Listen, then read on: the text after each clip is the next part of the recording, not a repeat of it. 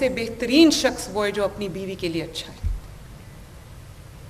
اور پھر نبی صلی اللہ علیہ وسلم نے حضرت فاطمہ الزہرا کے بارے میں کیا فرمایا کہ میرے دل کا ٹکڑا ہے.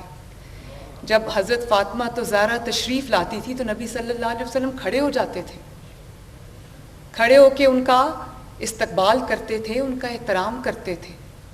تو بیٹیوں کی جو عزت اور احترام کا درس ہمیں وہاں سے ملا ہے, ہمیں اپنے آپ سے پوچھنا چاہیے کہ کیا ہم اس کو اپنی زندگیوں میں امپلیمنٹ کرتے ہیں. اور پھر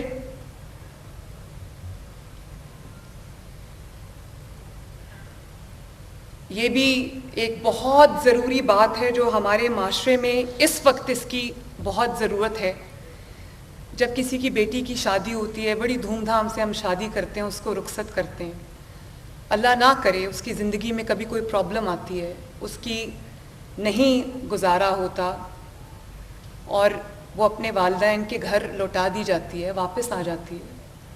تو والدین سمیت ہمارے معاشرے کا یہ مائنڈ سیٹ ہے, سوسائٹی کا یہ مائنڈ سیٹ ہے کہ اس کو تانا دو, اس کو تنگ نظری سے دیکھو, اس کو ایک ڈفرنٹ اس کی طرح سیگمنٹ آف سوسائٹی کی طرح ٹریٹ کرو. حالانکہ ایک حدیث جس کا زیادہ ذکر نہیں ہوتا لیکن میں ضرور کرنا چاہوں گی, وہ حدیث یہ ہے کہ جب تمہاری کوئی بیٹی تمہارے پاس لوٹا دی جاتی ہے تو اس کا جو حق پہلے سے زیادہ بڑھ جاتا ہے تم پر. یعنی کہ جو اس کی شادی کرنے سے پہلے اس کا حق تھا تم پر, جب وہ لوٹ کے تمہارے پاس آ جاتی ہے, اللہ نہ کرے کوئی طلاق ہو جاتی ہے یا علیحدگی ہو جاتی ہے, اس کے بعد جب وہ والدین کے گھر واپس لوٹا دی جاتی ہے یا واپس آ جاتی ہے, تو اس کے اوپر جو حق ہے وہ زیادہ والدین کا بڑھ جاتا ہے. اور ایک اور حدیث میں آتا ہے, ایک اور جو روایت ہے اس میں آتا ہے کہ اس کی وجہ یہ کہ ایک تو وہ تمہاری بیٹی ہے, دوسرا اس کا دل زخمی ہے.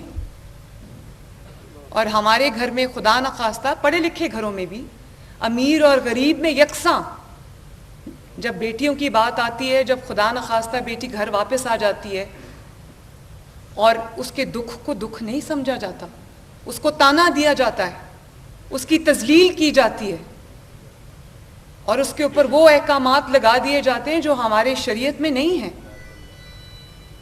اور بیٹیوں کو بوجھ سمجھا جاتا ہے. میں بھی کسی کی بیٹی ہوں اور میں یہ سمجھتی ہوں کہ بیٹیاں جس طرح اپنے والدین کا ساتھ دیتی ہیں, اپنے گھر والوں کا ساتھ دیتی ہیں, ان کی قربانی ان کے لیے دیتی ہیں. تو حدیث میں ایک اور بھی حدیث ہے کہ جس نے 2 بیٹیوں کی اچھے طریقے سے پرورش کی وہ میرے جنت میں میرے ساتھ یوں ہوگا. یہ بھی بات ہونی چاہیے. میری آپ سب سے گزارش ہے کہ یہ بات بھی ضرور ہونی چاہیے. اور پھر بچیوں کی جو تعلیم ہے آج کل ہم دیکھتے ہیں اس کے اوپر بہت فتوے آ رہے ہیں. نبی صلی اللہ علیہ وسلم کا کیا فرمان کہ علم حاصل کرو چاہے تمہیں چین بھی جانا پڑے. اس میں مرد اور عورت کی کوئی تفریق نہیں ہے. ہم بیٹوں کو اعلیٰ تعلیم کے لیے بھیجتے ہیں, ہم بیٹوں کے لیے ہر وہ موقع پیدا کرتے ہیں جس میں وہ ایکسیل کر سکیں, آگے بڑھ سکیں. لیکن جہاں بیٹی کی بات آتی ہے کچھ ہمارا دل ڈر جاتا ہے. میں بھی 2 بیٹیوں کی ماں ہوں, مجھے احساس ہے اس چیز کا.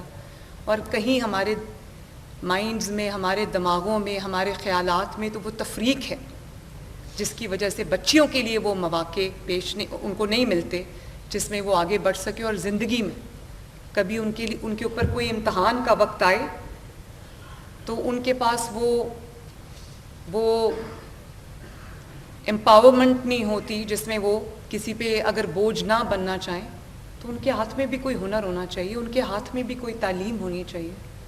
ہم بیٹیوں کی پرورش کرتے کرتے یہ بھول جاتے ہیں کہ خدا نخواستہ کل بچی کے اوپر کوئی مشکل آ سکتی ہے تو اس کے لیے اس کو ہم تیار کرنا بھول جاتے ہیں. تو یہ جو چیزیں ہیں, ان چیزوں کے اوپر ہمیں پورا اس طرح کی بھی جو تعلیمات ہیں اس کے اوپر بھی ہمیں پورا عمل کرنا چاہیے. اور پھر جو نبی صلی اللہ علیہ وآلہ وسلم کی تعلیمات ہیں اس میں جو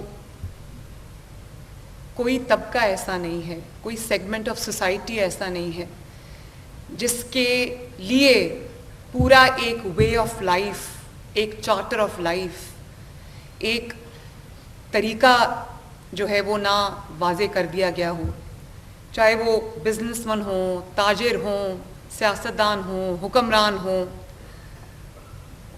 چاہے وہ کوئی بھی ہو، مائنورٹیز ہوں، مائنورٹیز کے ساتھ دیکھیں آپ ڈیل کرنے کا طریقہ نبی صلی اللہ علیہ وسلم نے بتا دیا ہے کہ کسی کے مذہب کو برا نہ کہو کہ وہ تمہارے مذہب کو برا کہے۔ ہمارے ملک میں اقلیتیں محفوظ نہیں ہیں آج بھی، تو کیا ہم نبی پاک صلی اللہ علیہ وسلم کی سنت پہ عمل کرتے ہیں؟ ہم ہر بات پہ بندوق اٹھا لیتے ہیں، قتل و غارت شروع ہو جاتی ہے، دھمکیاں شروع ہو جاتی ہیں۔ دین کو جو انسان ریپریزنٹ کرتا ہے، جو ہمارے علماء کرام ہیں، جو ہمارے مولوی حضرات ہیں، جن کو ہم دین سے منسلک کرتے ہیں، جن سے ہم سیکھتے ہیں، ان کا جو عمل ہے وہ ایسا ہونا چاہیے کہ ان کو دیکھ کے دین سے محبت ہو جائے۔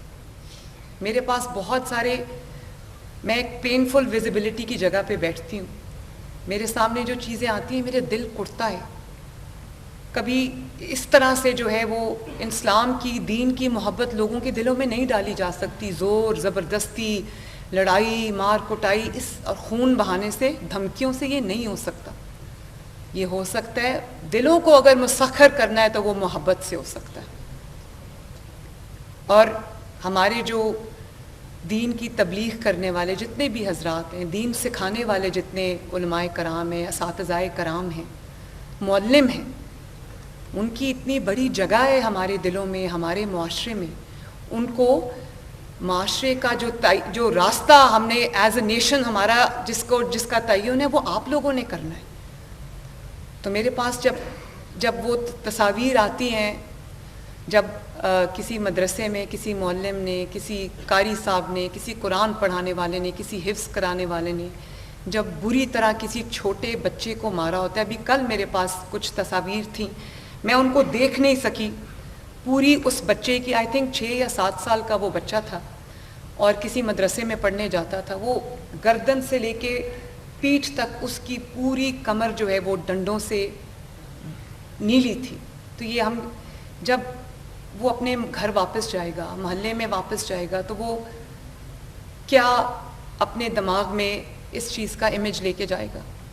بچوں کو اگر دین کی طرف راغب کرنا ہے، قرآن اور سنت کی محبت ان کے دل میں پیدا کرنی ہے، تو وہ مار سے نہیں ہو سکتی، وہ پیار سے ہو سکتی۔ تو یہ کچھ آج ہم سب دعویٰ کرتے ہیں حب رسول صلی اللہ علیہ وآلہ وسلم کا، لیکن ہر کوئی اگر اپنے اندر جھانک کے دیکھے تو اس کو پتہ چلے گا کہ یہ زیادہ تر صرف دعویٰ ہے۔ جب عملی نمونہ اس کا پیش کرنے کی، جہاں پہ زندگی میں اس کو اپلائی کرنے کی، یہ صرف دعوے کرنے کے لیے نہیں ہے۔ جیسے میں نے کہا کہ یہ ایک وے آف لائف ہے۔ کچھ بھی آپ کا کاروبار ہو، کچھ بھی آپ کا پیشہ ہو، تو وہاں پر جو تعلیمات ہے اللہ تعالیٰ کی، نبی پاک صلی اللہ علیہ وسلم کی، اس کو اپنے اوپر